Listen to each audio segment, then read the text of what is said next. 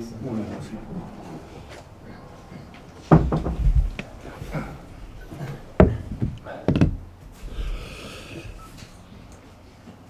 Arsene. Good morning. Champions League draw was made recently. I just wonder what your thoughts on the draw were. Well, because we're in pot number 2, we got basically what we expected.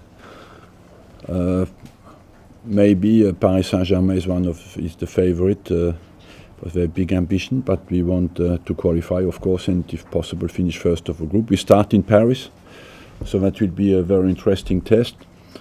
I think Ludogorets at the moment we don't know a lot about them.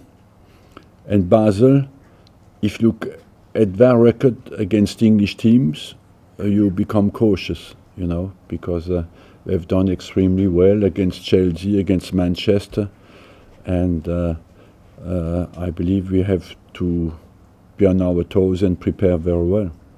You've also been drawn against Nottingham Forest in the third round of the EFL Cup. What's your reaction to that?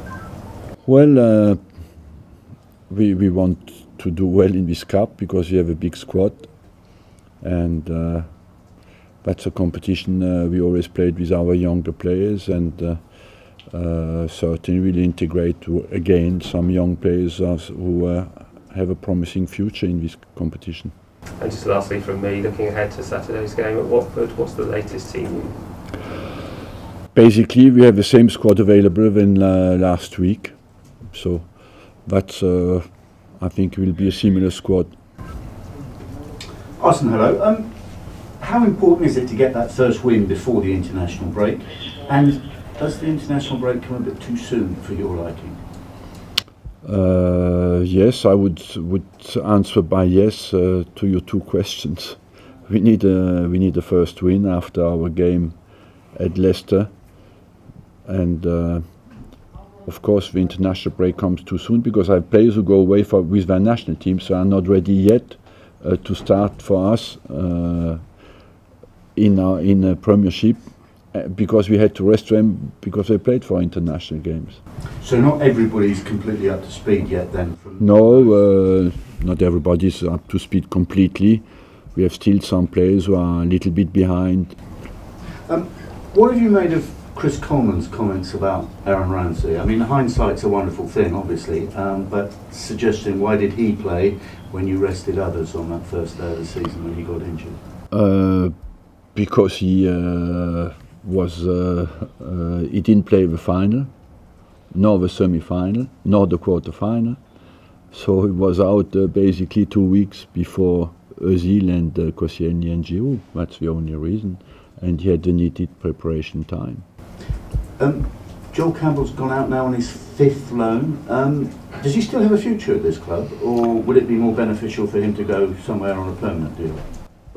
I believe that he's a bit a victim of the size of a squad, and he is now at an age as well where he needs to play more regularly, you know, and I don't rule out that he comes back here and plays, but he has gone to Sporting Lisbon, where I think it's an interesting championship because Portugal has always a very interesting championship, and let's see how it goes for him.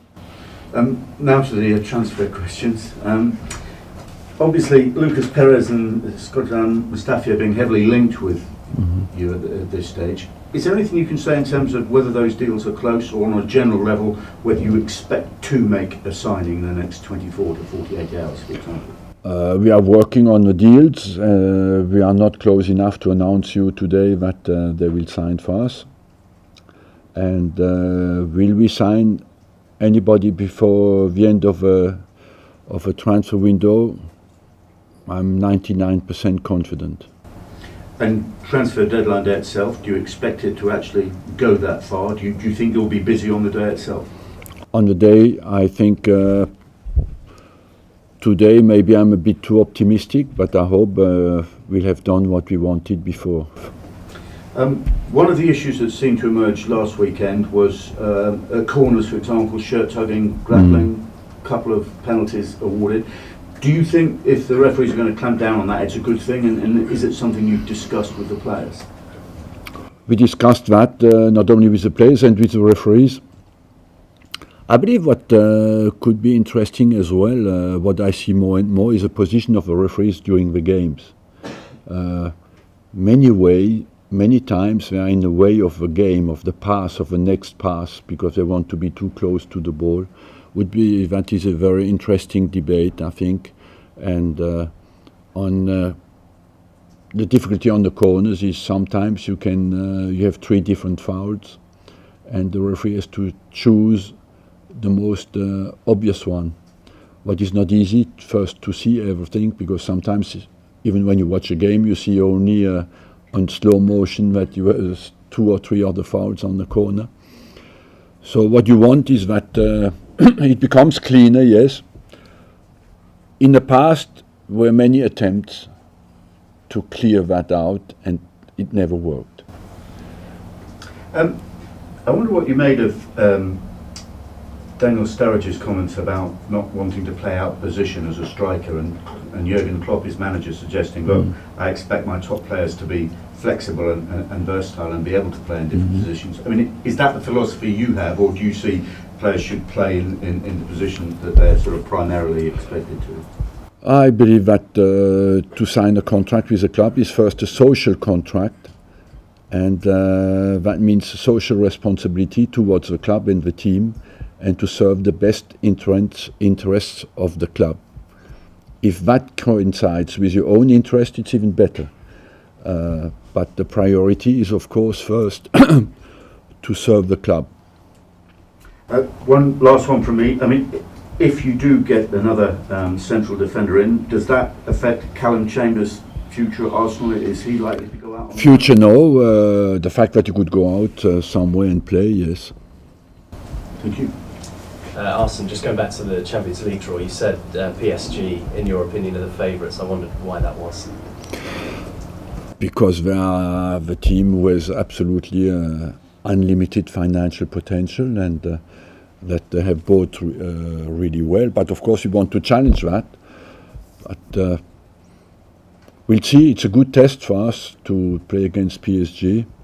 Our first game is on the 13th of September already, you know, so let's hope we can get a good first result there. But they have hit the headlines on the transfer market in the last 5-6 years. Does it make it better for Arsenal that you're in a more competitive environment in the Premier League, because they won Ligue 1 by 31 points last season? It has been a little bit a handicap last year for them, I feel, because they were in the position of Bayern the year before, won the championship in January, and to maintain the focus after is a bit difficult. What are the reasons, do you think, behind FC Basel doing so well in recent seasons? Is it their buying power, for instance, in Switzerland, or is it a good youth academy? Because obviously you've signed a couple of their players. Chelsea have gone there too. Yeah, I believe it's a mixture of they are a little bit the dominant team in Switzerland, so they do a little bit what they want in their own country. They have good coaching system, good coaches in Switzerland. They have a good youth development system. And Basel especially has done some good scouting. You think about Salah and Neni, you know, players who come from Egypt, where maybe the English countries don't go too much. And they have been shrewd, and they scouted in countries where is less competitive edge maybe from big leagues.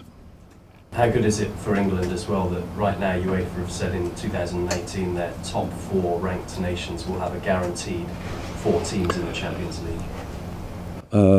It's good, but I like more all on sport merit, you know, and the rules changed a little bit. I haven't looked at the rules yet, so it's very difficult for me to assess it. But the fact that we have 4 teams in England is great. And the last question, I wanted to kind of get a thought or two from you on the transfer market in general this summer, because obviously there are more funds available now for English clubs. Have you, as a manager, noticed a difference in the market at all? Honestly, it was a strange transfer market. I expected it to be easier than ever, and it was more difficult than ever, because not a lot has happened. That it looks like when you come out with an English passport that you're hit with prices that are very difficult to understand compared to the quality of the players. And it looks like it will be frenetic for me in the last 3 days. And that everybody sat on his pounds until now, but we know they will all splash out now, you know. And so I expect the next 3 days to be very, very busy. So be on alert. Well, thank you. Is that going to be any distraction when it comes to the Watford game? Not for me, not for us, no. We know the priorities is to get results and to win your next game. And especially we have shot ourselves in our foot, you know, and so we have to respond very quickly, because when you look at the other teams, they made points. In terms of strikers in the Premier League, how difficult is a player like Troy Deeney to handle? How do you rate him? Like? Troy Deeney. How do you rate him? How difficult is he? I rate him because he's a player who is, first of all, he has technical quality, and he's as well a fighter. And to have these two together is not easy to find. And he's very strong in the duels, in the challenges, and in the link play as well. So I was impressed by him last year. And do you think that Watford's attack is the concern for this weekend, especially considering that you're trying to bolster your defence at the moment? They have been very efficient last year up front, the two strikers together, Igalo and Deeney, and one of the keys for us will be to keep them quiet, of course. You said that you've added a couple of youngsters in the EFL Cup. Do you see any other people coming through to break into the first team? We have a few who had a very good pre-season, like Chris Willock, Jeffrey Aladier, Reina Adelaide. Not Aladier, Aladier has been here as well. Adelaide and Chubak from Chris Willock, Adelaide are the three who have been outstanding. Chris Bielik as well has done extremely well, so they could play, yes. Arsene, is Mesut Ozil like to be ready to start this weekend? He's not far now. That's a decision I have to make in the next 24 hours. What about Giroud? What about Olivier Giroud? Giroud is still a little bit fraction behind physically. Just on the transfer situation, you talked about these two deals. Do you think if you get them over the line, that will be enough to appease the supporters who have been critical about them? Look, I'm happy when our supporters are happy, but my job is to make the right decisions. And if that it's exactly similar to the contract of the players, if that maintains the supporters happy as well, it's even better. So, but I focus first on making sure I make the right decisions for the club. If the figures in the public domain are right, it will take your spending, assuming these deals go through, to about £100 million in this window. Does that kind of put to bed once... You accuse me now of being a money splasher? No, but does that put to bed once and for all the idea that you don't spend big money here? It's a shame you're not my friend. You would see when you go out with me, I spend a lot of money. Let's go out. If you get those two done, will there be any more, do you think, or is it just going to be those two?